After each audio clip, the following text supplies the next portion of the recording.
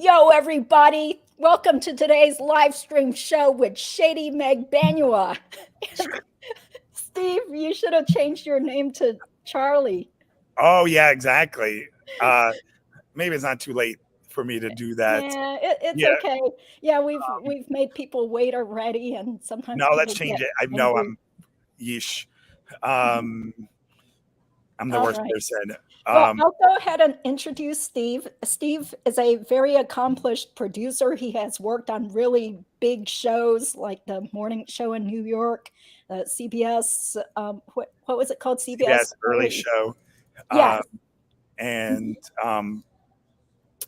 and I know now it's bothering me because first pancakes are lumpy, Katie, and I should know this, okay. But I worked at the CBS Early Show, worked at Good Day New York. We met through my work with Surviving the Survivor. I work with a number of different people. I left TV about 5-6 years ago and now work with a number of different personalities. And then I kind of have been able to dive into the true crime world and, I know now this is bothering me. I know I'm the worst person ever, but do you know how to change your name or no? I think Yeah, it's I too got it. late I once got you're it. in. Yeah, Good. but don't worry about it. Let's just get on with the Thank show you. because we have a Okay. slight time limit here. I So changed it. Don't worry. okay, so the Okay. transcript is wrong because it makes it sound like it's at some restaurant called Dolce. They misspelled it and they gave the wrong address. But thanks to one of my loyal subscribers, we found out that the transcript is wrong. They really met at a casual gelato cafe called Dolce Vita, which was also on Collins Avenue, and it has since closed down.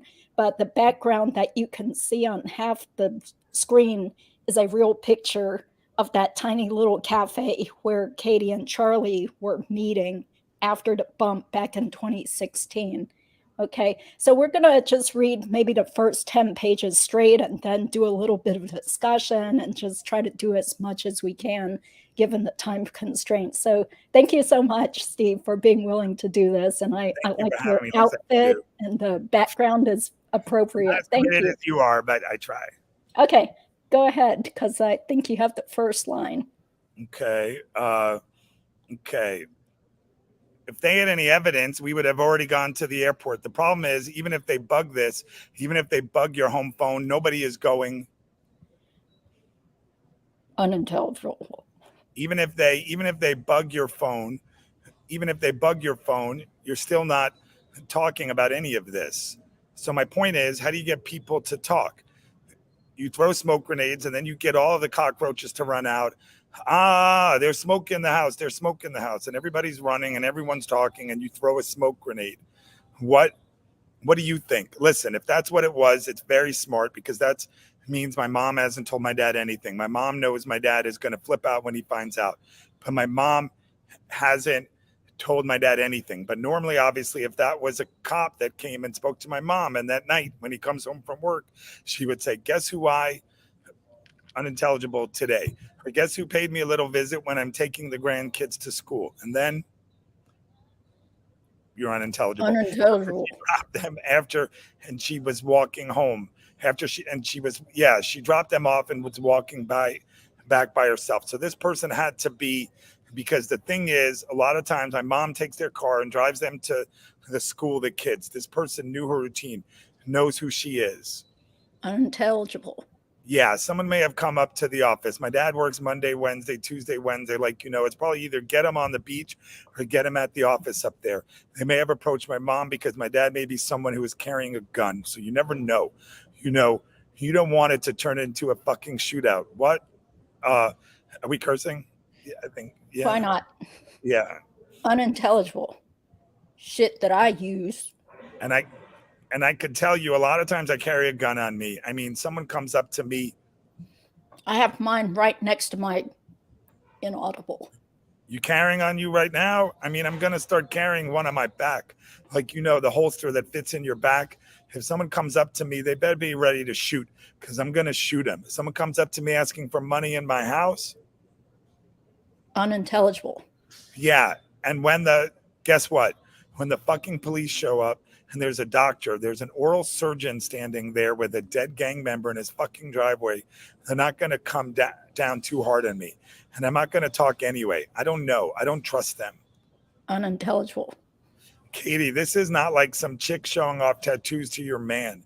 This is happening and it's serious because these people are going to come back. They didn't go through the trouble of seeking my mom out to hand her that and then go away. So I've got two options. They're not going away. I may wish they'd go away and never come back, but they ain't going away. The trouble they went through.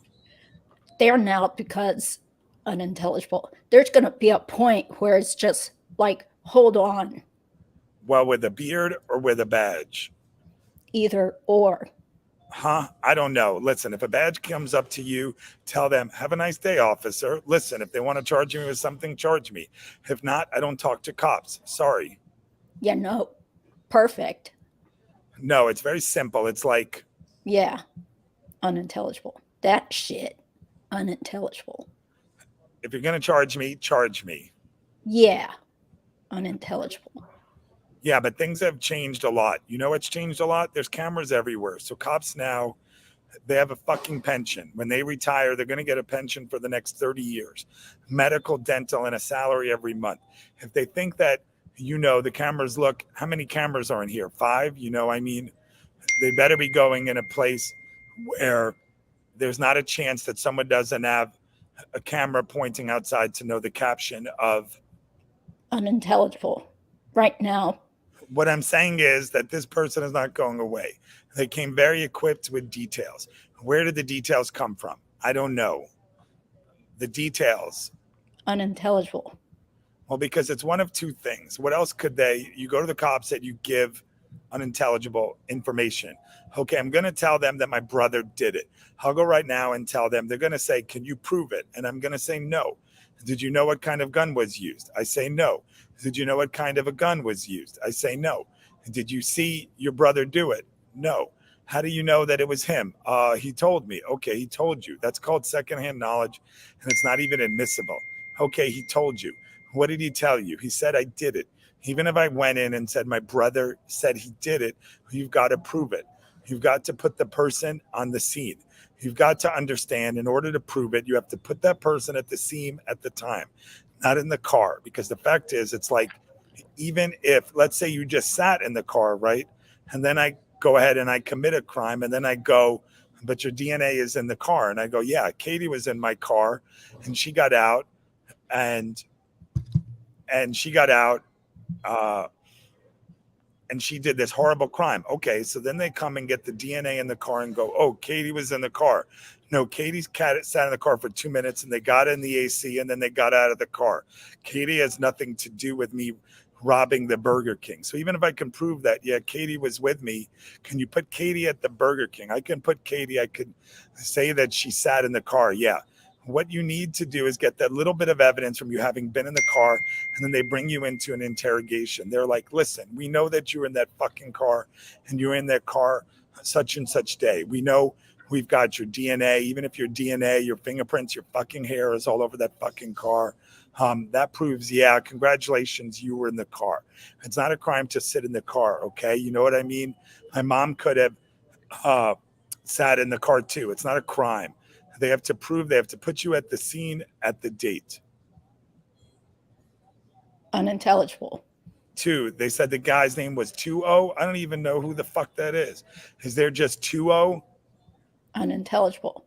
Tudo's incarcerated now, and I know that you've been helping out Katie, and helping your family has been helping out Katie and her family. Now Tudo's family needs your help. My mom was like, I don't know what you're talking about. And he goes, well, maybe this will refresh your memory. And he handed it to her. Unintelligible. And she said, unintelligible, respect, unintelligible, well-spoken, like polite. She goes, polite and well-spoken. I said, did he act thug, or did he have talk with like a thick Spanish accent or anything? She said no.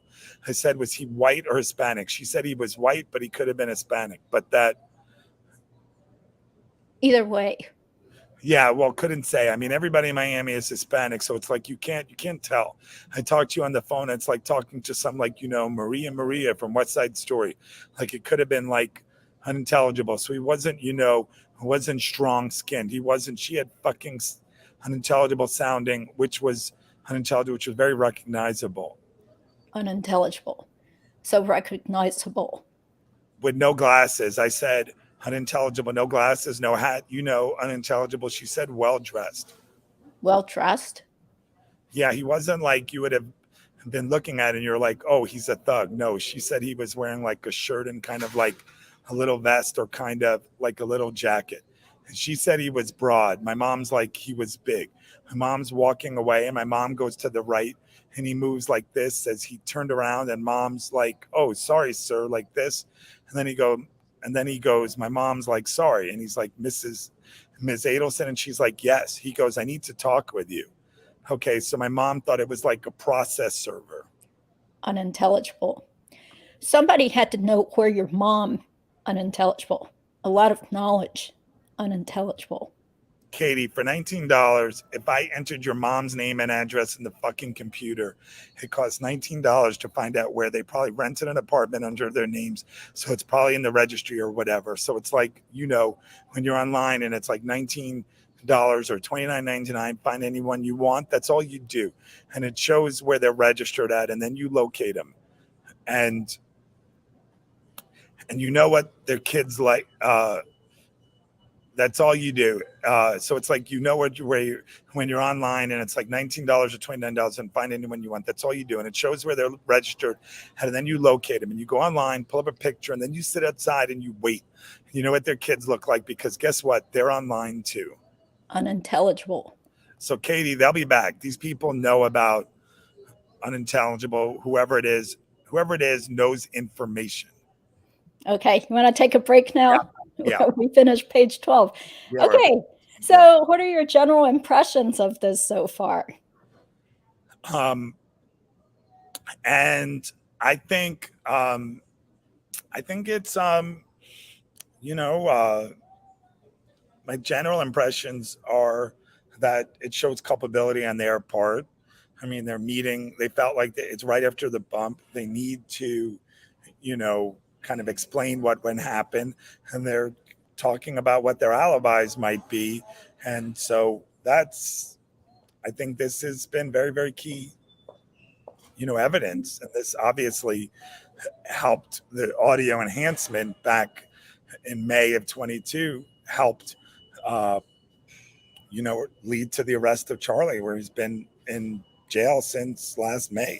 So over like 14 months, it was a significant development, Mm-hmm. So I think it shows a lot of culpability, them trying to absolve themselves of involvement in this or trying to rationalize what they were doing. And with the way Charlie is just talking on and on and on, it sounds like he's low-key freaking out, even though he's trying to play it cool. But look at the date. So this took place April 20th, 2016, which was just a day after the bump. Because the bump, when the undercover agent went up to Donna Adelson with a piece of paper, that was April 19th. So isn't it strange how the two of them had been broken up since after Dan's murder back in 2014?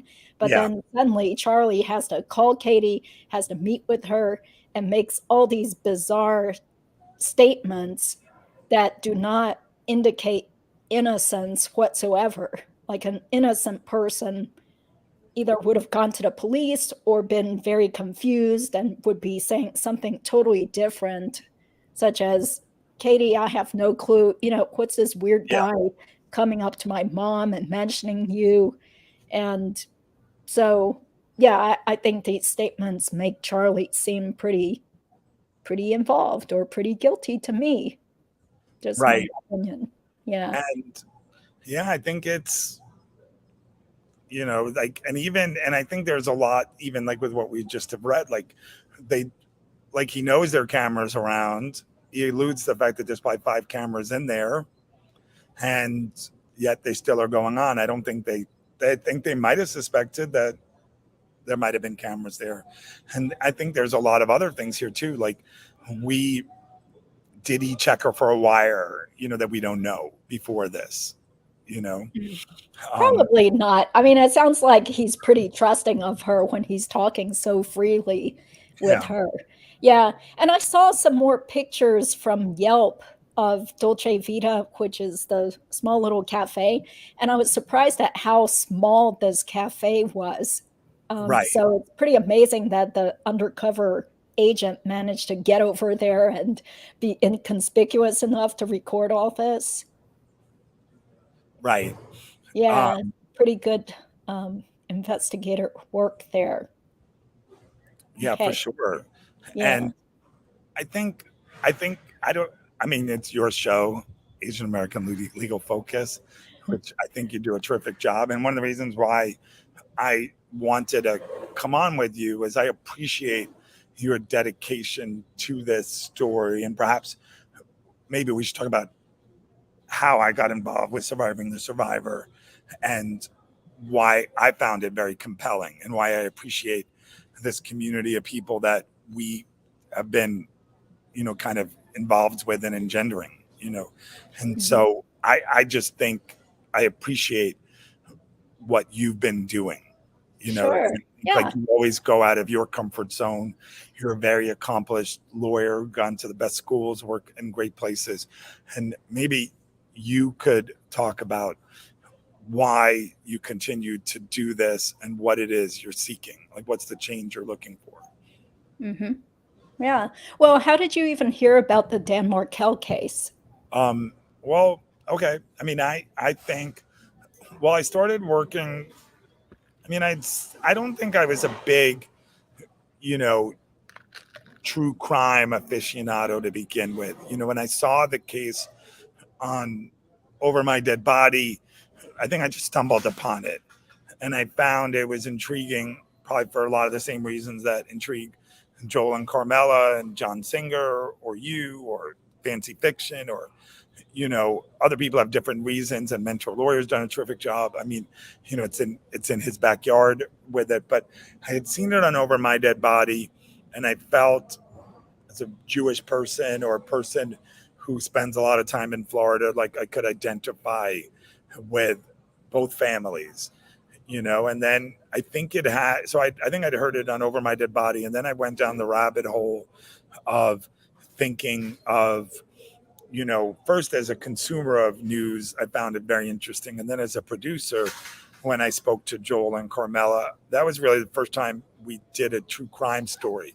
And I felt it was a good fit for them. They're in Miami, where the Adelsons are from, they're Jewish like them. They have a similar family. They've joked like their families like the Adelsons without the murder, and I think that any good story, and I've been a producer for 25, 30 years, has what people talk about, the 4 C's, right? It has characters, consequences, conflict, and comedy, and I think this has all of that, which is why the Over My Dead Body podcast had over 10 million views, and all those stories or podcast people remain to be interested in it. And I think that it's something where, I think what drives me about it is we all have had instances where we've been wronged, and you want to feel that there's justice in the world. You want to feel that there are laws, that you can't just do anything you want. We all might like to get rid of somebody or pretend there's no laws or rules, and there are, and there should be consequences. And when you see that people are able to do it and go up on court and lie and think that they're too good for it or better, or that only certain people should suffer the consequences of their actions and they're above the law, and I think it gets you involved emotionally. People follow things out of emotion. This is soap operas or sports or anything. So for me personally, it had an emotional kind of resonance. Mm-hmm. Yes, exactly. We don't want the bad guys to get away with it. This horrible case where a brilliant law professor was murdered because of children, because the ex-wife wanted to take the kids away and be able to move. So very compelling story. Okay, what do you want to get back to reading then? Yeah, sure. You're the headliner. Judy, Asian legal You're doing all the reading. So, by the way, exactly. This is like Penn and Teller. I'm doing like you're doing like 90% of the talking. See, Charlie was such a jabbermouth. He was gibbers. He was gibbers, exactly. Gibbers. So, by the way, is that your cell phone? Because I keep hearing some. Yeah, I turned it off. I put it on silent. Okay. Rookie mistake. Thank you. Yeah. Thank you. One murder. I'm Jack the Ripper. Oh, no. Okay, let's get back to the transcript then. I think we were at page 13. Okay. Yeah, I have my Ferrari in the background too. You can't see it, but I have my pool. Okay. Again, I'm doing all the heavy lifting here. What was okay, so I think Page 13. Okay, what? Unintelligible. You know what I mean? And there's not a lot of people that know much about unintelligible. I didn't mention my name, which makes me think that they don't, these people only know part of the story, or they think they know part of the story. Unintelligible. Do you think that, let me ask you a question.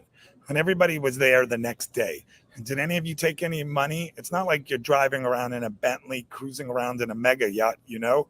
Someone he must unintelligible at some point, because otherwise he would have no idea that I had anything to do with unintelligible.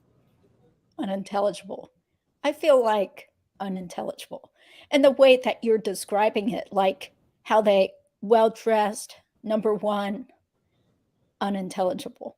That's not something like unintelligible. Yeah, inaudible. You can know some things about anything. The problem is this, okay. So this is, go tell the cops. They're gonna ask you, where's the weapon at? You're gonna say, I don't know. Do you know, how do you know who pulled the trigger? You can say a name, unintelligible. Okay, how can you, did you witness it? And the person is gonna say no. The question is, how do you know? So if you didn't witness it, you only heard a rumor on the street that this person did something. Do you know what that's worth? Zero. Then what you do is you wear a wire, get this person talking. And if you can get the person to confess on wires, then you have something that you're charging. You have a confession, you have an admission of guilt. Outside of that, there is no evidence, okay? You have a car and you can link this person to renting that car that's used at the scene of the crime, okay? But you know, you have to also prove that they were also driving that day too. They didn't rent it and then lent it to a friend. What if you rented a car today? I go, Katie, can I borrow it for the weekend and I'll bring it back on Tuesday? You go, yeah, sure. So you rented a car. You've been in that car. I drive it to fucking Orlando. I rob a McDonald's in Orlando. I come back and I go, here's the keys, Katie. And you go, okay, thanks. Yeah, you rented it. But, or what if you were fucking out all weekend and you didn't even know I took your car and I did something and I brought it back, okay? My point is, I don't have any knowledge of what went on. Unintelligible. Evidently, this person's either pretending to or does. I don't want someone paying visits to my parents. Unintelligible. It could. I wish that I was a cop playing. It was a cop playing games. Why didn't they know it was me? If it was a cop playing games or an investigator playing games, and they didn't mention me, they did mention your son's girlfriend, Katie, not mention me at all. Unintelligible, my family. And I think if they thought I had something to do with it, they would find me and they'd talk to me. You know what I'm saying? Like, go talk to the person who's involved, not fucking people who aren't involved. And I'm not involved. But if they knew your relationship is with me, not my family. Like, I dated you, not my mom. They knew my dad's name. This person obviously doesn't even know that we dated. That's a direct connection, is who was her boyfriend, the 71-year-old guy, Dr. Adelson, or the 37-year-old Dr. Adelson? Yeah, 37. Let's go talk to him, Dr. Adelson. That's who they'd talk to, not waste your time with mom. They needed to talk to someone who knew what the fuck went on. And so wouldn't it make sense that your connection to my family is me? Your connection to my family is not my mom. Like, yeah, you work for the office now because the checks are from there. And that's just because you come in and work on the weekends, which I trust that you're doing because I'm never there when I see you. You tell me you do it and the place looks clean, so you get your checks, you clean up, whatever. But that's neither here nor there. This person knows information. And even if they are cops, that information said your name. And they also know that they're claiming that somebody who had something to do with it is incarcerated. I don't know anybody in jail. Unintelligible. My Him. point is, I don't want this coming back. I don't have a problem helping the community out, but I don't want this community to come back next month. And what I think happens, if I pay them money, they're going to be back again and again and again. They've got to make more money. Unintelligible. It's not a cop.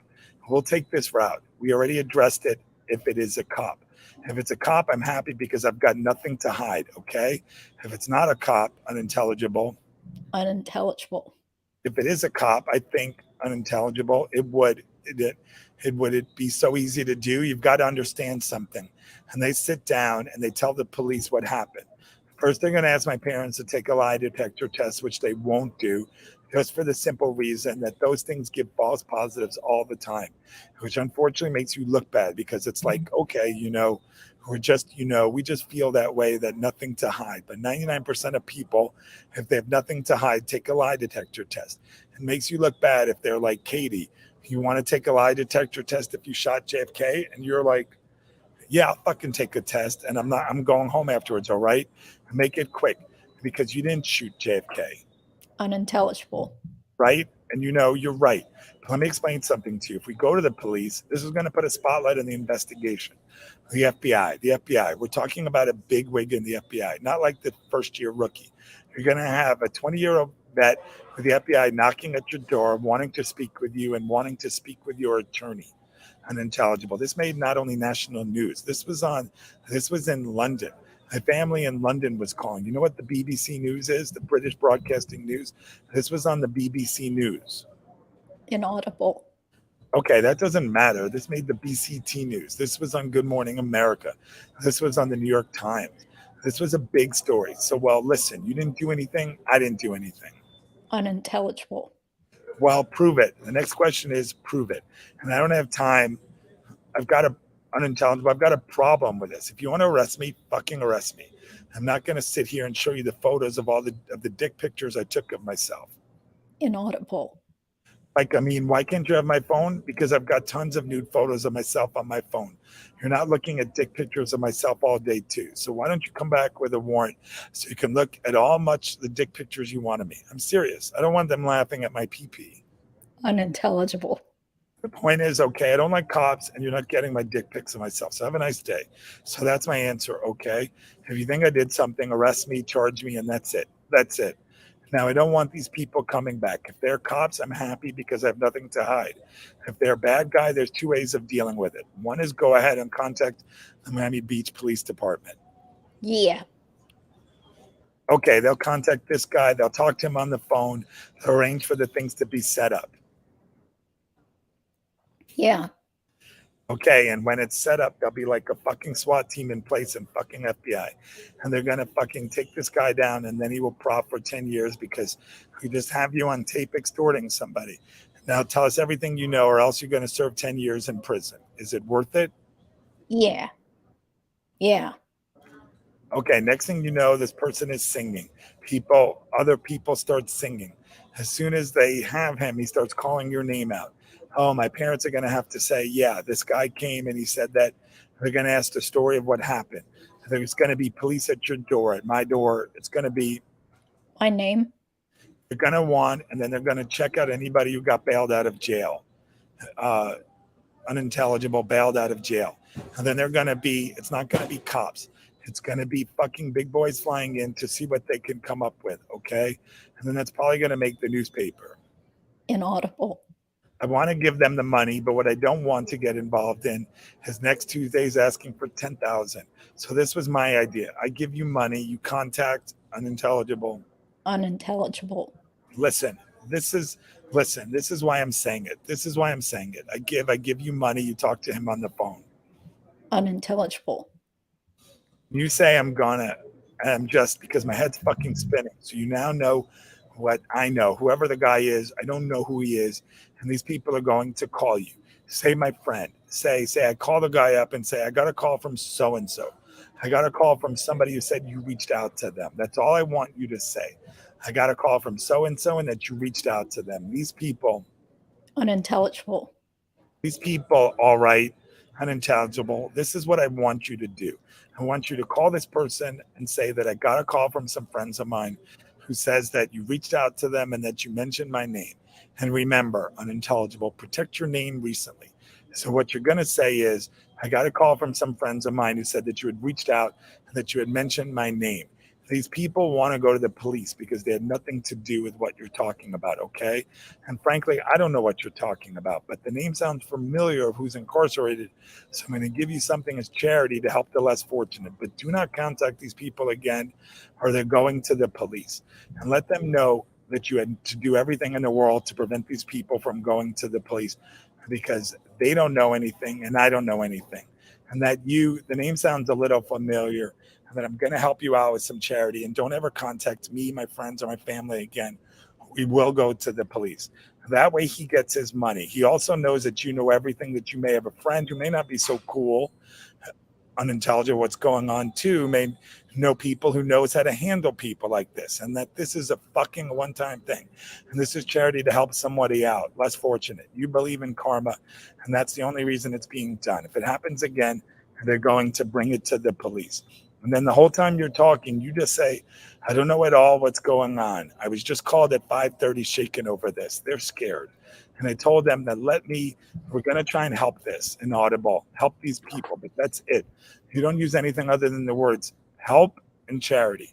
And then you're going to ask that you leave these people alone, or they're going to the police.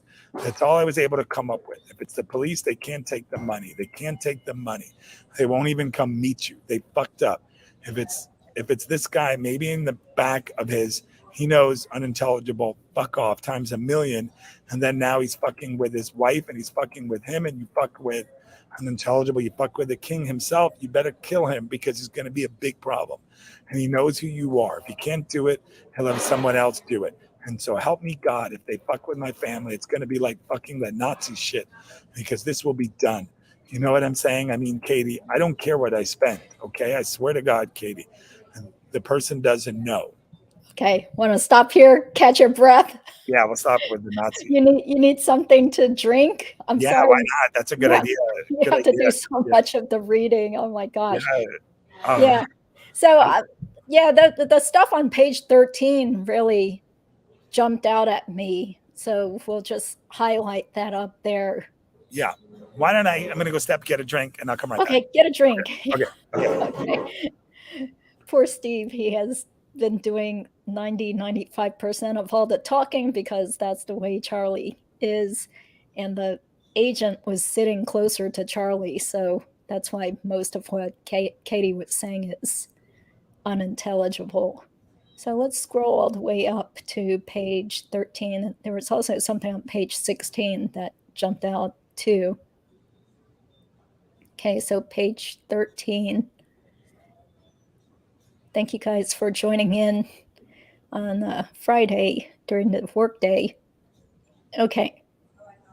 So this is page 13. It's where Charlie is wondering, like, how come they didn't mention my name?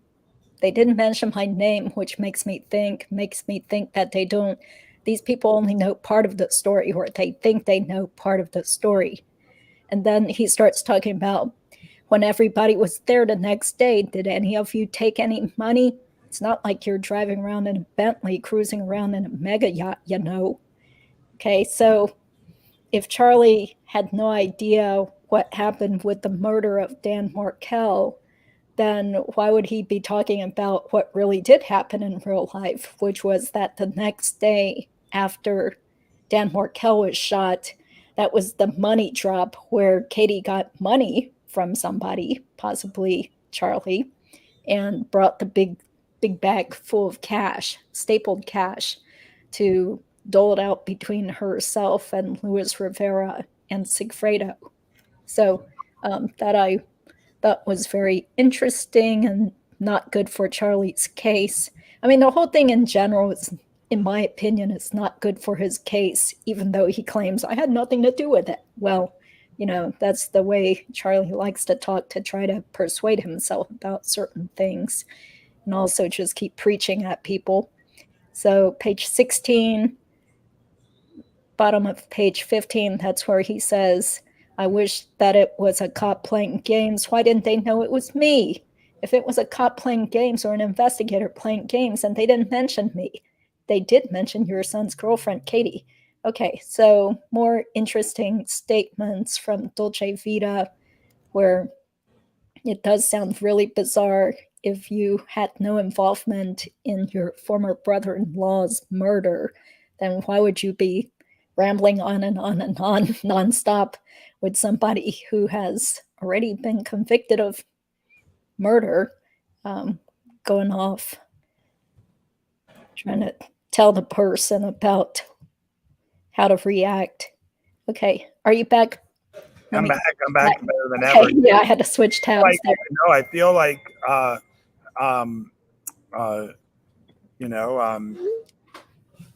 feel like it's kind of like that joke, like, and I think you acknowledged it because, like, Charlie at the Dolce Vita recording, the headline performer, right? Like, he's dominating the thing, and it reminds me of that line about, like, oh, that's like a ham and egg sandwich, where the chicken says, sure, no problem, they just got to give up an egg, but the pig says, wait a minute, I got to give up a leg. So in this scenario, I'm doing a little bit more, but it's your show, you're killing it, you look great as Katie. But I think that you're committed. I mean, and explain to me why you commit. You know what I mean? You performed, and I encourage people who haven't seen a lot of this, go back and watch your performances as Donna, as Junam Chinda. You've shown your musical talents. I think it's very compelling, and or I guess during the SAG-AFTRA strike, maybe you need to stop acting, in honor of them for sure. Oh, okay. Well, I'm just having fun. And, of course, we all have respect and we all care about Dan Markel and getting justice for him and the family. I just feel like there are other avenues to try to get the word out, educate people about this case. And at times, there are things that are really funny about the case, like Donna's crazy, unhinged emails and Donna acting like she's totally insane, so it's just, there's so much comedic fodder in this case, even though it is a very serious, horrible crime, that anything I can do to bring more attention to this horrible tragedy and murder mystery, is it kind of makes me feel productive, like I'm trying to help to get the word out, do what we can, because there's really no new news until Charlie's, I guess maybe it's case management hearing August 25th, and then the trial in late October. So, until then, I just have to do whatever I can, even if it means looking like an idiot or a goofball on YouTube. Some people really enjoy it, although some people have said negative things also. But it's all just to bring more news or more eyes on this case. But here's in a small way, right? I think like even my decision just to come in and get out of my comfort zone and wear a backwards hat. Thank you. You look like you're like some guy having a midlife crisis. Correct. But I feel like, because when you were like, well, do you mind reading this? And I was like, I probably look more like a Harvey than a Charlie, because it's not, and he's not that much younger than I am, Charlie. And I imagine prison life is going to age him appreciably. But I think it's kind of like bad things happen when good people allow them to happen, right? And I appreciate, people sticking to things and wanting to seek justice. It's not always easy. It's not always quick. And so in a small way, like, I appreciate fancy fiction and you and True Lifestyles and all of these people who are seeking justice. And Karen Cyphers has done an amazing job. And to say, you know what, and all those friends of Dan, or other people, to say, you know what, this is wrong. And people who are kind of ignoring what happened, what this family apparently did, and allowing them to live their lives as if nothing happened, it's wrong. And that's, and that's not the way society should be. So, in the very least, I should do that as well, and so, Yeah. So I think it's very commendable, that you're doing it. And did you, so I know that you got up to page 16 or so on the, you know, on the transcript. Yeah. And I think, by the way, I think it's starting to rain here. I may have to move my location. Okay, you need to move. Okay, Charlie needs to shift his position in Dolce Vita. So yeah, it sure looks beautiful back there, though. I wish I could have that nice view. Yeah, and but okay. All right. So bear with me. I'm going to find shelter, and then, you know. Mm-hmm. Okay, so I can see some of the comments there. I haven't been able to read all the comments, but Adam wants to know maybe if we somehow got Wendi to be on the show. I doubt it. I mean, she will say she asserts, or she will write some witty comeback like she did to Steve Epstein, is saying, "How dare you use my personal tragedy for your own personal gain," or something like that. Yeah, thank you guys. All the regulars seem to be here. Thanks for being here. 5 cars here. I know Helen. Yeah, sorry, I can't seem to address all that. Oh, I'm trying to take my sunshines away. Okay. Yeah, I know it's really silly. And somebody said that she was cringing, even though she likes my channel. And another person said that doing these comedic things is really a negative for my channel. And she kind of hinted that she wished I would stop doing the funny stuff. But hey, what else am I supposed to come up with? You know, there's no new news that's been made public in the case. So anyway, thank you guys for still supporting this channel and not unsubscribing despite the bad singing and the mediocre bad dancing and rolling around on the floor and stuff. So, okay, you ready? Ready to get back? Okay, go ahead. Okay, let me find it. I'm back. Thanks for bearing with me. Okay. Okay. I swear to God, Katie, this person doesn't know. Oh, inaudible. I can't remember where we were. Okay. This person knows unintelligible, big deal, unintelligible, little, unintelligible, may not know anything. What page are we on? I was on page 26, but. Oh, okay. I'm sorry. I had scrolled up to show some of the transcript on the screen, so that's why I'm off. Okay, so we're on page 26. Okay, inaudible. This person knows unintelligible, big deal, unintelligible, little, unintelligible, may not know anything. Unintelligible. Think they. Unintelligible. What? No. Unintelligible. Right? So he knows I have you on the salary. Unintelligible. You think he'd be happy to know that? Unintelligible. Of course. He doesn't have any bad feelings towards me, does he? Our paths never crossed. I didn't know that the two of you would be working out. Kind of like unintelligible.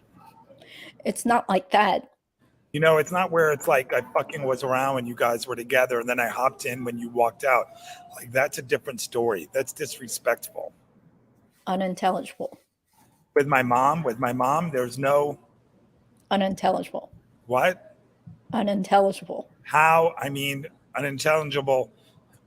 Remember, like, unintelligible, we were separated, and like unintelligible, and you either unintelligible continuation, unintelligible travel. I think I'm gonna stop saying unintelligible. Okay, parents know, especially we had annoying or whatever. But it's not like that. Yeah, no, I've never, and you know, I was. I mean, Katie, I'll go to the moon and back for you. That's without even saying. I don't even need to say that. But that's what, you know, it's like. You know what I'm saying? Unintelligible. Help me out. Help me out. Like, you know it. I don't even have to sit here and tell you what I would do. I could show you what I could do. You know what I'm saying? Like, you know how I am. Like, I look for things to do. You don't ask me for shit. I'm the one that's like, hey, Noah's birthday's coming up. I got you. You know, I'm the one who's like, anything I can, you know, you don't ask. I'm the one who is like, hey, I'll sell you the Lexus for a very good price. I know you're having car problems. You know what I'm saying? Like, I'm the one who, I don't have to tell you. I show you. There's a difference. Unintelligible. So what do you think? Inaudible. He needs to know that it's going to go down one of two ways. Like you're either fucking with me or you're fucking with the police. Pick which one. Unintelligible. He said 2-0 and he helped your family out. And I know you've been helping Katie out. Your family has been helping Katie out and his family needs some help now. I was like, I don't know what you're talking about. And he said, maybe this will help explain it to you. They did not go through the trouble of finding her and putting that thing together and been giving that thing to her without, and then just going to go away. It ain't going away. Inaudible. What's that? Inaudible. Listen, if it's the cops. Inaudible. The problem is if you give in to, like, if my mom meets him, it's like, oh yeah, okay, I'll meet you tomorrow in front of the building, and he just drives up and she hands him 5 G's. What the fuck do you think is going to happen next month? It's going to be, oh, he needs your help again. You know what I mean? The thing is, if my parents were really guilty, they may think that they have a big fish on the line that's going to pay them monthly, and all they have to do is scare this little old lady. And who is she going to go to? She's going to go to the cops. She's guilty as hell. You have to let them know that these people are not afraid of going to the cops. They've got nothing to hide, okay? So you're the one they reached out to, and they said, you need to say that they reached out to me because you mentioned my name. Unintelligible. Why would you ever think unintelligible? Want to reach out? Unintelligible. Somebody that obviously unintelligible. You know that unintelligible. That would have been more like personal. Unintelligible. With this whole thing, unintelligible. Your mom. I'm more afraid of the long term, like knock at the door again and again and again and again. This is unintelligible. Why not? Because I don't think they want to mess with his connections. Yeah. He like so far removed that he's. Yeah, of course. He is. He doesn't have anybody that he can call up that's like. Yeah. You listen, you giving somebody money is not an admission of any kind of guilt. Okay, that's the end of part 1 of the transcript there. Steve, how's your voice? Do you feel like you're going hoarse, or you need to stop? Pretty good. Yeah, I feel like we could we can keep going. Yeah. Okay, great. Thank you. Yeah. Okay. So that's a good place to stop there, and then I'll look at part 2. But so what are you seeing so far here? Well, it was surprising because I had kind of forgotten that he said something about how his mom is guilty as hell. Because you just read that right toward our last segment. So it's like, is she going to go to the cops? She's guilty as hell. Interesting that Charlie said that. But of course, just as Rashbaum was rationalizing Katie's proffer and trying to minimize it, he could say, well, these are just statements that pulled out of context might, hint at guilt, but, it's really no big deal, blah, blah. But she feels guilty. Yeah. Well, so once again, it's kind of like weird hearing Charlie just railroading or commandeering the whole conversation, like he's dictating to Katie and just rambling. This is just so similar to the way Jeffrey Lacasse described Charlie's behavior. Yeah. And I think in some of the podcasts you saw that, like he's the maestro, or Charlie knows everything, or Charlie's never wrong. And thanks to Nancy, tell people how the world works. Yeah, he likes the sound of his own voice, and I think he likes. Yeah, I think he's very self-assured. He's very confident, and it's kind of in the 2020 piece. Somebody said, "Well, is that a reason to kill somebody or something?" And they said, "Is there ever a good reason to kill somebody?" And it makes me think of I think he's justifying what he did, and he's very sure of himself, and he still thinks he's going to get away with it. Do you think he feels that way? While we're on that topic, do you think he thinks that? What do you think? 13 months in the slammer, or whatever, how long it's been, is starting to seep in. How do you think he feels about that? Well, I mean, when I just mentioned that he thinks he's going to get away with it, I was referring to during the time of this conversation back in 2016. But True Lifestyles, another YouTuber, has been showing more prison or jail records about Charlie. And so apparently Charlie has been freaking out in jail. Oh, interesting. And he has been noted to be pacing around in his cell, talking to himself. And it looks like they had to take him for some sort of mental health check. Although I'm not sure how long ago that was. It could have been earlier this year, maybe February, but I'm just guessing. So you guys definitely take a look at True Lifestyles. Yeah, she does YouTube a great channel. job. You know, definitely props to her. You know, I mean, and it has to be such a difference. So all of you potential criminals out there, I mean, crime doesn't pay. You know, get divorced, split custody, figure out Yeah. other ways to do things. Don't let your mom run your life when you're a Yeah. grown adult. Yeah. And you think that's what part of it was, right? He wanted to be the hero.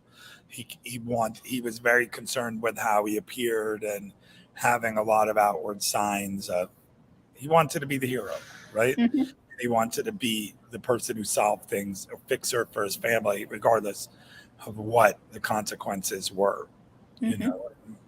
And yeah. Okay, so you ready to do part 2? I'm ready to rock steady. Okay, let's see. Okay, so once again, this is April 20th, 2016 at Dolce Vita Gelato Cafe. Okay, go ahead. You're the one who starts. So what do you think? There's no way my mom's going to call this guy up because you've got to understand. He needs to know that it's going to go down one of two ways. Like you're either fucking with me or you're fucking with the police. Pick which one. 22, unintelligible. 80 years, unintelligible. Me, unintelligible. Can you even tell me unintelligible? He didn't threaten. He said, Tudo is incarcerated and I know your family and he helped your family out. And I know you've been helping Katie out. Been helping Katie out? Your family has been helping Katie out and his family needs some help now. And I was like, I don't know what you're talking about. And he says like, well, maybe this will help explain it to you. Call me. And he handed it to her. He did not go through that trouble of finding her and putting that thing together and handing it to her without, and then he's just going to go away. He ain't going away. With you. What's that? Unintelligible. Because number one. What's that? Unintelligible. I said I've spoken to you since number one. Shit. Listen, if it's the cops. Unintelligible. And number two, I don't want somebody fucking unintelligible. Your mom and like unintelligible. Well, the problem is if you give in to like, if my mom meets him, it's like, oh yeah, okay, I'll meet you tomorrow in front of the building. And he just drives up and she hands him 5 G's. What the fuck do you think is going to happen next month? It's going to be, oh, he needs your help again. You know what I mean? And the thing is, if my parents were really guilty, I think that they may have a big fish on the line that's going to pay them monthly. And all they have to do is scare this little old lady. And who is she going to go to? She's going to go to the cops. She's guilty as hell. You have to let them know that these people are not afraid of going to the cops. They've got nothing to hide. Okay, so you're the one they reached out to, and they said, you need to say that they reached out to me because you mentioned my name. Unintelligible. Why would you ever think unintelligible? Want to reach out? Unintelligible. Somebody that obviously unintelligible. You know that unintelligible. That would have been more like personal, unintelligible. With this whole thing, unintelligible. Your mom. I'm more afraid of the long term, like knock at the door again and again and again and again. This is unintelligible. Why not? Because I don't think they want to mess with does he still have his connections? Yeah. Is he like so far removed that he's yeah, of course. He doesn't have anybody that he can call up that's like yeah. You listen, you giving somebody some money is not an admission of any kind of guilt. Like, it's like, listen, if you gave me money now, this is the one and only time. I don't know what this is about. I'm just telling you. You know how you can say things without saying it? Like, just the way he said it. Like, he said he needs your help. He was there for you. And his family needs your help now. Yeah, but he didn't want to. He didn't want to scare her. He didn't scare her, but just his presence. You have to understand his presence. My mom had diarrhea all night. Hasn't been eating, and she's been up since 2 a.m. with diarrhea. Like, how do you think that feels with? My mom's 65 years old and up since 2 a.m. with fucking diarrhea. Who? Unintelligible. Unintelligible. I don't know. Inaudible. My head was, when I was leaving the house, I literally had the bag out and I had it in my car with my car keys. Unintelligible. I know. Well, if you want, you guys can swing by my house later. So what are we doing? Unintelligible. I want you to take it back, write the number down, and I'm going to give you cash. And I want you to talk to 712. What? 6570. There can't be that many people. If it's a real number. I mean, the guy didn't have glasses or a hat. Can I tell you something else? Also, yeah, what's shocking too is that so they could see who it is. Let me just put it this way.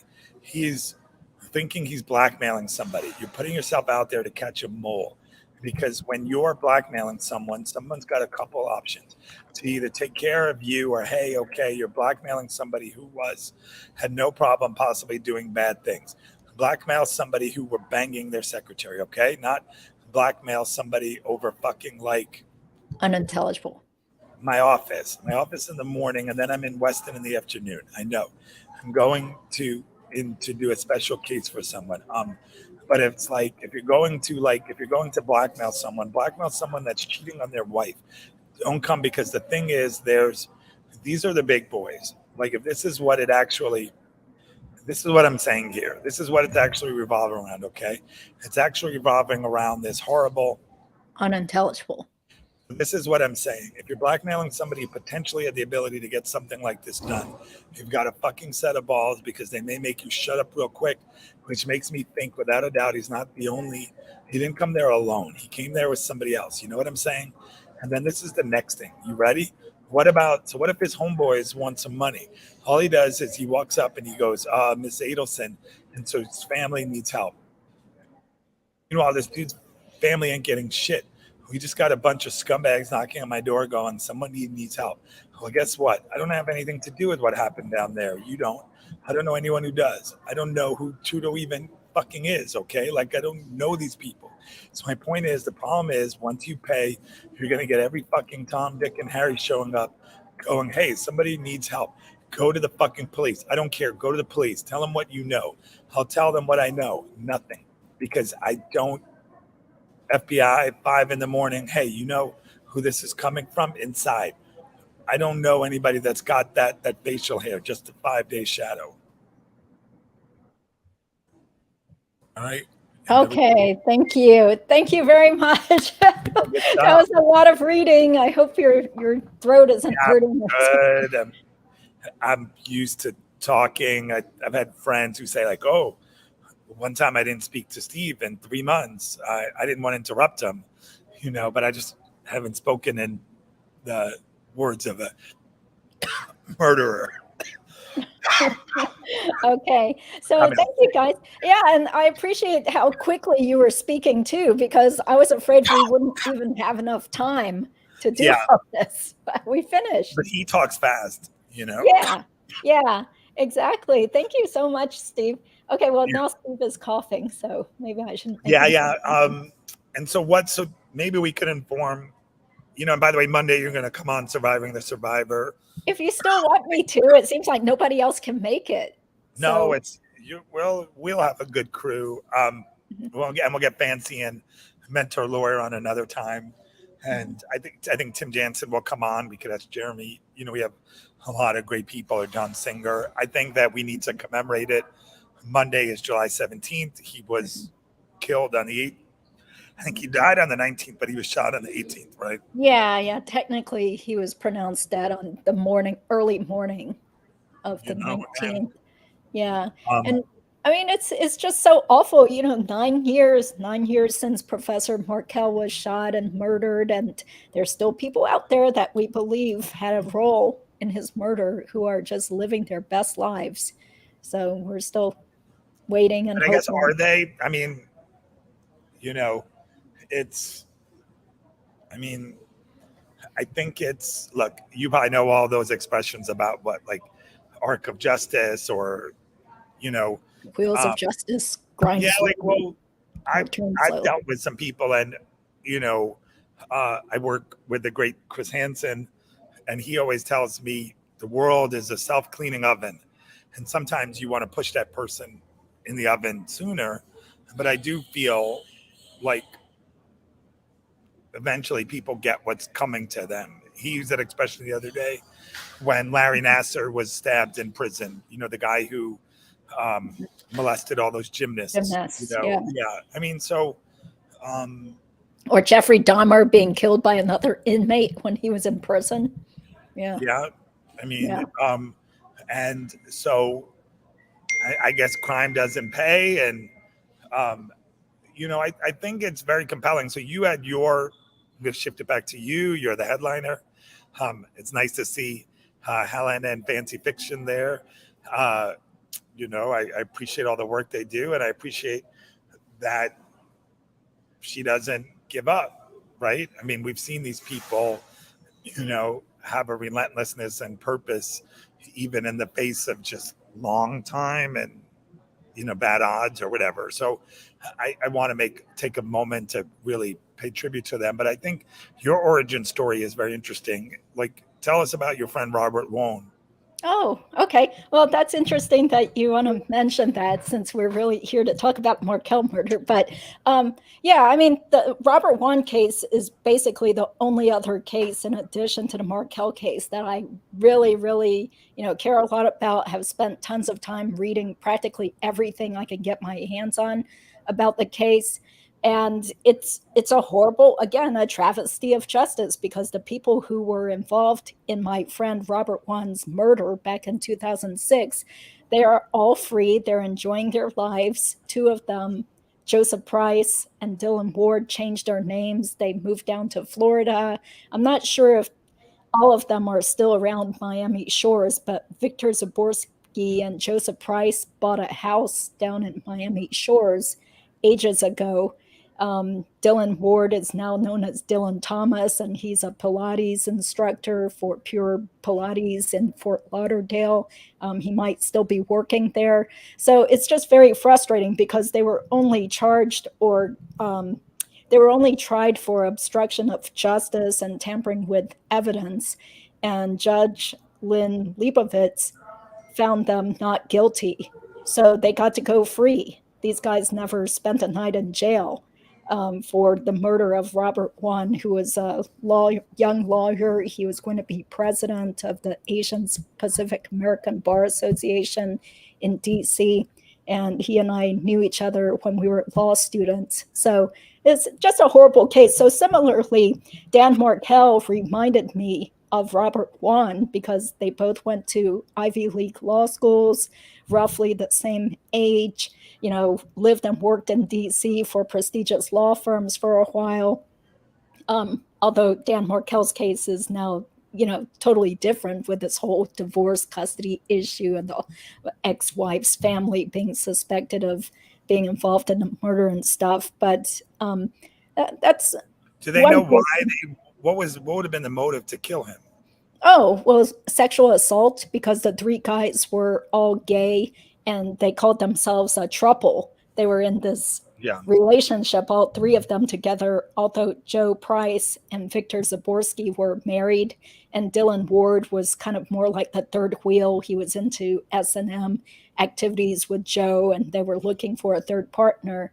And along came Robert, who was married and lived out in Oakton. And Robert was very close friends with Joe Price from their kind of like a service secret fraternity at College of William and Mary. And so Robert was working late that night. He was general counsel for Radio Free Asia at the time. And so he happened to ask Joe if he could just spend the night there after he had to stay at work late. And he had asked a female friend also first if he could stay over there, and she was out of town or something, or Joe was the first one to respond. So that's how Robert wound up going over to Joe's house that night. And the evidence from what I've read showed that Robert was sexually assaulted, that there was some sort of electrical stimulator type device, an S&M toy that was found in Dylan Ward's room, as well as tons of other S&M paraphernalia. I mean, this is just like, it's a horrible case, but I do feel like I'll do a different live stream on that on maybe August 2nd or 3rd. That's the anniversary of when Robert was stabbed and then pronounced dead. So again, that's a 2006 case. So the Markel case just really grips me in the same way, even though I never had the privilege of knowing Dan Markel, but I do know some people who knew him, or I sort of know people who knew him since my ex-husband is a law professor.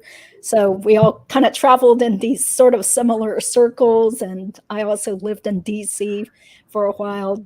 Dan was at that meat market, which is the job placement conference for people who want to become law professors. He was there the year after my ex and I were also there at the Wardman Park Hotel trying to get jobs with different law schools.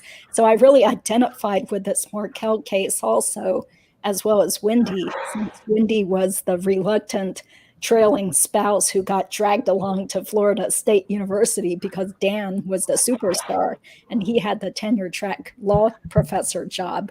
So it kind of resonated with me a lot because I felt like, oh, this is our story too. So yeah, except my divorce did not end in a horrible court battle or custody relocation issues, nor did it end in murder.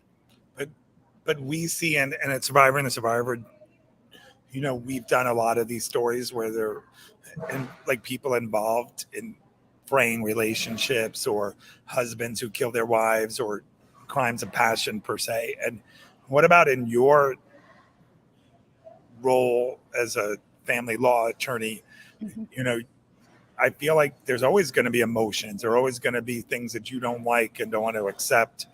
And this is why there are laws, right? Like, you have to compromise. This is what you have to listen to what the judge orders. You have to abide by the court order, instead of thinking like, well, I don't like the court order and it was with prejudice, so might as well kill off the guy so I can get out of here. Yeah. So, but of course, disclaimer is that, Wendi and Donna and Harvey Adelson have not been charged with any crimes. It's only Charlie Adelson who has been arrested and is in jail right now. So, but anyway, these are all just our opinions based on what's publicly available information. And I guess I'll make a comment just based on my experience, right? So in TV, I covered a lot of big crime-related stories. Elizabeth Smart I did a lot with, or John Benet Ramsey even, and a lot of it was, okay, I think to some degree there was probably a disproportionate amount done to maybe, or fewer stories done about people of color, right? Or of that nature. But a lot of these stories were based on, okay, people were keeping it in the news, or there were things that drew you to these people. Either you could identify with the way they looked, or you looked at it and said, well, that could be my daughter that happened to, or this could be me. And we should always be thinking that. We should be thinking like, well, if this happened, to me, and I'm Ruth Markel or Phil Markel or Shelley Markel, or let's face it, their children, wouldn't you want there to be some justice there? And I applaud people who really keep pushing for it when maybe there were other news stories that superseded. But I think when I was in TV, we didn't have, the internet to this extent. We didn't have true crime podcasts that you could just give so much more airspace to. And, in TV, they're going to move on to the next story. Today, they caught the person the Gilgo Beach murderers in Long Island who killed all the serial killer there, or it could be the Morphew story, it could be Brian Kohlberger, it could be any number of stories that, or the Utah mom, that take precedence and take away these stories from the headlines. But people like you and Mentor Lawyer and Fancy and True Lifestyles and Joel and Carmela, and keep these stories alive. And I know people like Ruth and Robert Wan's family, and the Morphew family, the Mormon, those people appreciate the Richens family, these people perpetuating it, because people have short attention spans, and they're kind of like, why should I care? Or, as the biggest radio station in the world says, WIIFM, what's in it for me? And what's in it for you is there should be a sense of justice, and we're creating a better world, or karma. I think these are all good things. Yeah, that's why we do what we do. So you've brought up a good point that, certain cases seem to get a lot more national publicity. So that's why on my channel, I didn't want to just keep focusing on things that are already all over the media, like the Gwyneth Paltrow case, the Johnny Depp case, the Murdaugh case already got tons and tons of publicity. There are plenty of other horrible, senseless murders. There was a murder of a neurosurgeon up in Detroit that, I'd like to look into some more. I don't think that's I've seen publicity. That. Yeah, Dr. Hoover.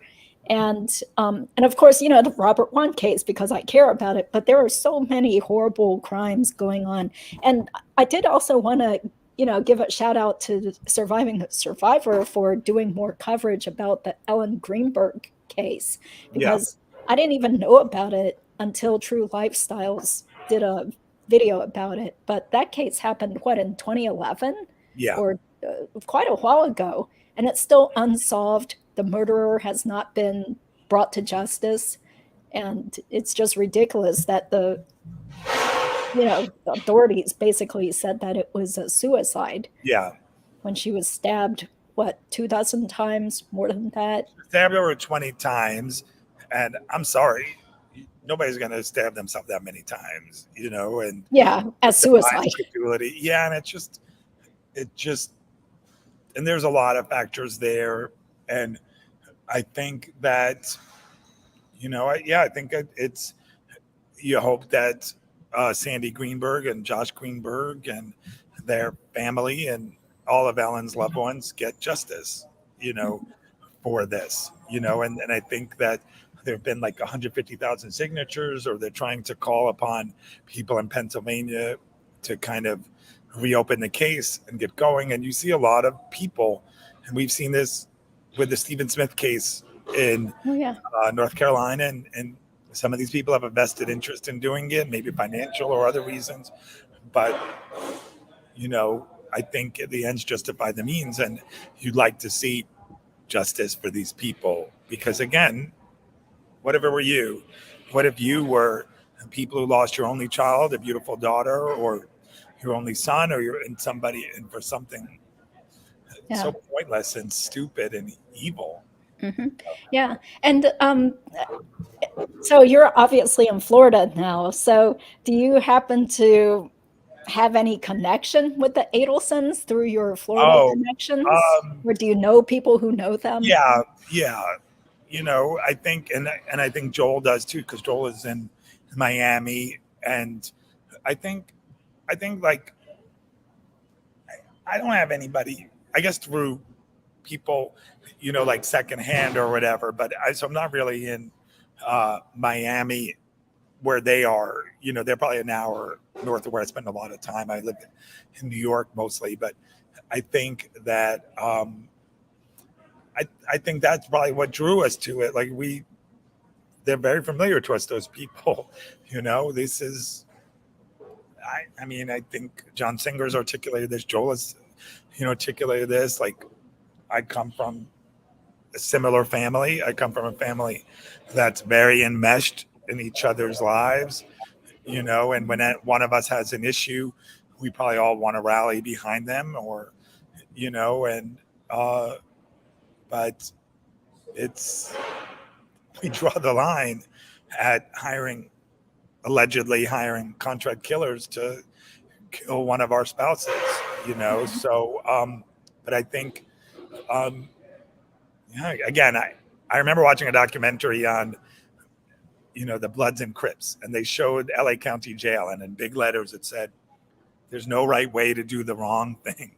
Mm-hmm. There's no right way to do the wrong thing. It's just that simple, So, and we give people the benefit of the doubt, and they haven't been charged, but we did watch a lot of their actions.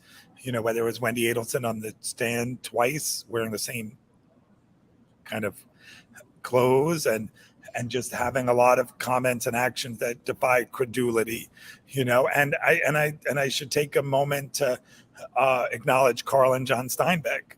They do a fantastic job on Jury Trial Mentor, and and where he found 120 reasons why he thinks Wendi was involved. So and you've been on Surviving the Survivor talking about it, so it's certainly well,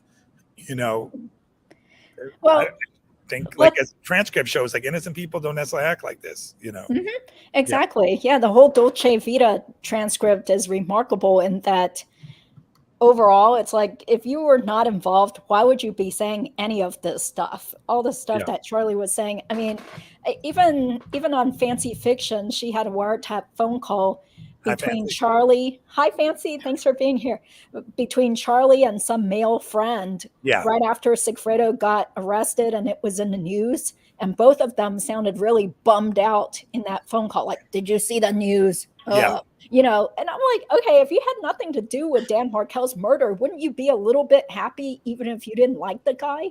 Wouldn't you be like, oh my God, I can't believe they finally found who killed Dan?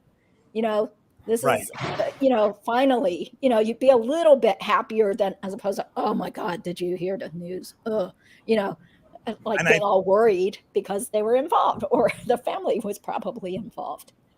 And I think also, to your credit, your great renditions of the Donna emails, I think if she, like, you could very simply say, if she didn't act like that and was a better kind of buffer to her daughter and said, listen, we know you've been kind of the golden child or princess your whole life, or you've been through this, tough times happen, here's how we're going to get through it, and you have other options. And if she didn't work her up in a frenzy by demonizing a guy who was a good dad, offering to have her kid, suggesting her kids wear Nazi regalia, calling them gibbers, and all of this kind of things, and again, it doesn't mean Dan Markel was a perfect person. He had his faults like anybody else, and that's why you deal with it. 50% of people get divorced. You get divorced, and this doesn't happen, So, but I guess what I would applaud people like, all of the people who keep the heat on about this is Fancy will call out those people by name, those people who've been on interviews supporting people. And I know from my experience, if I was in that, but like if I had friends of mine who did disreputable things, and we all have had people do that, we don't have to stand by them. You know what I mean? They broke that contract. You know what I mean? I stood by you until you paid somebody to kill them. We've been in those situations in our family where we've had somebody do things, and doesn't mean we went to all our bar mitzvahs and my sister's bat mitzvahs and their family friends, and they did stuff that's wrong. And there's loyalty and sticking by people. And then there's, being an ostrich or putting your head in the sand and having no morals. And so I wasn't, if I'm some of these other people who are friends with them, people who profess to care about parenting or, the role of fathers in their life, they weren't the ones who decided to kill somebody or, to be involved with it, with such, so like, I don't know. Yeah. So that's okay. Well, it looks like people in the chat have been going back and forth about Lacasse. Like, was he a good guy, or was he bad for for sticking it through with Wendi. Well, I don't like Fancy said, I'm kind of in agreement with Fancy from what little I'm seeing from the comments here. I don't have time to read it all right now, Yeah. but I mean, I think Jeff Lacasse was one of the most credible witnesses there Correct. on the stand. You know, like he was sure, credible in the interrogation. He was like, no, he was very matter of fact. This is right after it happened. Here's my car. He didn't change his story, right? Like when people say, tell the truth, you only have to tell it once. You know, they didn't change their story a lot. He seemed to have a lot of alibis. He was very calm, cool, collected. And yeah, and he wanted to help. It was very Yeah. clear from his police interviews, and then also on the stand, he was not there to hide anything. He wasn't trying to be wishy-washy or change his story like June Chinda looked like she was trying to do, or those employees from the Adelson Institute. So, you know, I give Jeff Lacasse's testimony a lot of weight, and I think the jury did too. So, absolutely. I mean, just think back to when you were a young guy, you know, in your 30s or whatever. Like, did you get bamboozled by beautiful women that were trying to take advantage of you or use you? Now it's happened to me. Oh, it happens now. Yeah, well, happened certainly then, and happened recently, sure. And you know, I think that's part of it. I think we've all been in situations where we could perceive ourselves to be victims. You know, it's, you know, like I think Katie Kool-Aid might be on now, you know, and everybody has like a reason why in their own life where they might have been a victim or been dealt with a bad hand. And watching some of these people, it helps you because you're like, well, if they can get through it, or if they can handle themselves with grace and dignity and move on and persevere, then so can I. But yes, I could definitely relate to Jeffrey Lacasse. I could relate to Dan Markel. I could relate to situations where, you know, you were involved with somebody you probably shouldn't have been involved with, and it didn't work out well. And I'm sure Jeffrey Lacasse looks at it and says, as bad as it was, for me, it could have been worse. I was dealing with somebody who had sociopathic tendencies and was dishonest and used me and, you know, treated me like an option when I was only a priority to them and was just patently dishonest. He was open and he was vulnerable and he wanted certain things from her. And she treated him like, just like, okay. Expendable, like, just like Dan was treated, in my opinion. Yeah. Because what I also found sad was that not only did the children lose their father, but they had also started getting close with Jeff because Jeff supposedly had to help take care of the kids sometimes. And I don't want to say something incorrect, but I seem to recall that he might have said he was even taking care of the kids when she was probably out cheating on him. Sure. Yeah. So then after Dan was murdered, Wendi barely wanted to even keep in touch with Jeff anymore, or she was dodging his texts or not responding to him. So Jeff, being a nice guy, he bought a book about grieving for children and had it sent to the kids. And then that was it. Like, he never got to see the kids again, as far as I know. So suddenly that relationship was crushed too. So it's like, where are the kids in all of this? You know, how did they deal with it? Those poor children. And yeah, I think look, it's like, I think now in like the true crime space, or when it's become, everybody uses words like sociopath or narcissist, or, you know, and you know, I don't know how many percent of people are narcissists, but these are narcissistic behaviors. Thinking like it's like, just because you're in pain, everybody has to suffer. It doesn't matter. It's only about what you want and what you need, and regardless of what everybody else, and that should take priority. And these are the actions of these people. And unfortunately, I would characterize myself in that situation. It seems like you might be, or most people are empathic, and they see people, whether you're Wendi Adelson, and I think Jeffrey Lacasse was a good person and believed her, he didn't have a criminal mind. He probably felt like, wow, here's this woman who's with some abusive, haughty husband, and I really need to help her. She's in this town that she doesn't want. And then he realized, like, that's the story she was giving him, and that maybe there was some truth to it, but she wasn't being objective, and